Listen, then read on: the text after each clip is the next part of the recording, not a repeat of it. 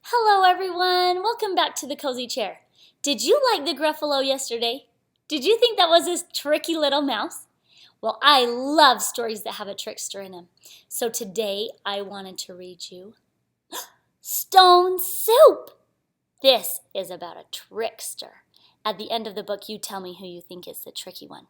This is by Anne McGovern, and the pictures are by Winslow Piney Pills. A young man was walking. He walked and he walked. He walked all night, and he walked all day, and he was tired, and he was hungry. At last he came to a big house. "What a fine house," he said. "There will be plenty of food for me here." And he knocked on the door. A little old lady opened it. "Good lady," said the young man, "I am very hungry. Can you give me something to eat?"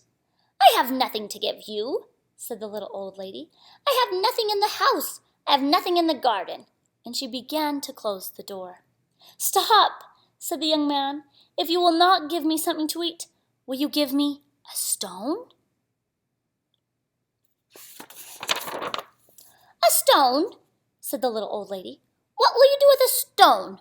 You cannot eat a stone." "Ah," said the young man, "I can make soup from a stone." Now the little old lady had never heard of that. Make soup from a stone? Fancy that. "There are stones in the road," said the little old lady. The young man picked up a round gray stone. "This stone will make a wonderful soup," he said. "Now get me a pot." The little old lady got a pot. "Fill the pot with water and put it on the fire," the young man said. The little old lady did as she was told, and soon the water was bubbling in the pot.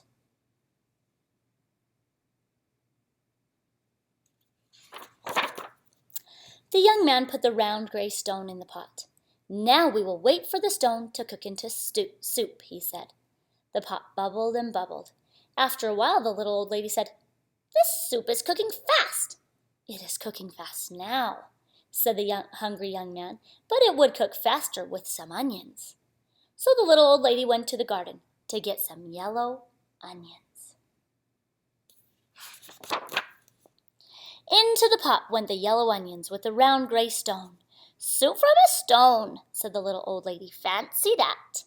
The pot bubbled and bubbled. After a while the little old lady said, "This soup smells good." "It smells good now," said the hungry young man, "but it would smell better with some carrots." So the little old lady went out to the garden and pulled up all the carrots she could carry. Into the pot went the long thin carrots with the yellow onions and the round gray stone. "Soup from a stone," said the little old lady. "Fancy that." The pot bubbled and bubbled. After a while the little old lady said, "This soup tastes good." "It tastes good now," said the hungry young man, "but it would taste better with beef bones." So the little old lady went to get some juicy beef bones. Into the pot went the juicy beef bones and the long thin carrots and the yellow onions and the round gray stone. "Soup from a stone," said the little old lady. "Fancy that." The pot bubbled and bubbled. After a while the little old lady said, "This soup is fit for a prince." "It's fit for a prince now," said the hungry young man, "but it would be fit for a king with a bit of pepper and a handful of salt." So the little old lady got the pepper and the salt. Into the pot went the bit of pepper and the handful of salt, with the juicy beef bones and the long thin carrots, and the yellow onions and the round gray stone. "Soup from a stone," said the little old lady. "Fancy that." The pot bubbled and bubbled. After a while the little old lady said, "This soup is too thin." "It is too thin now," said the hungry young man, "but it would be nice and thick with some butter and barley." So the little old lady went to get butter and barley. Into the pot went the butter and the barley with a bit of pepper and the handful of salt, and the juicy beef bones and the long thin carrots and the yellow onions and the round gray stone. Soup from a stone, said the little old lady. Fancy that. The pot bubbled and bubbled. After a while, the little old lady tasted the soup again. That is good soup, she said. Yes, said the hungry young man. This soup is fit for a king. Now we will eat it. Stop, said the little old lady. This soup is indeed fit for a king. Now I will set the table fit for a king. So she took out her best tablecloth and her best dishes.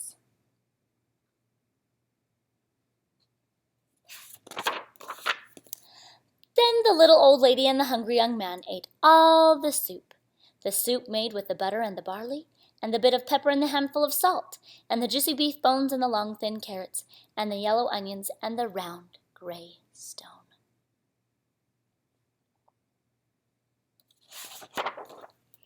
Soup from a stone, said the little old lady. Fancy that. Now I must be on my way, said the young man. He took the stone out of the pot and put it into his pocket. Why are you taking the stone? Said the little old lady. Well, said the young man, the stone is not cooked enough.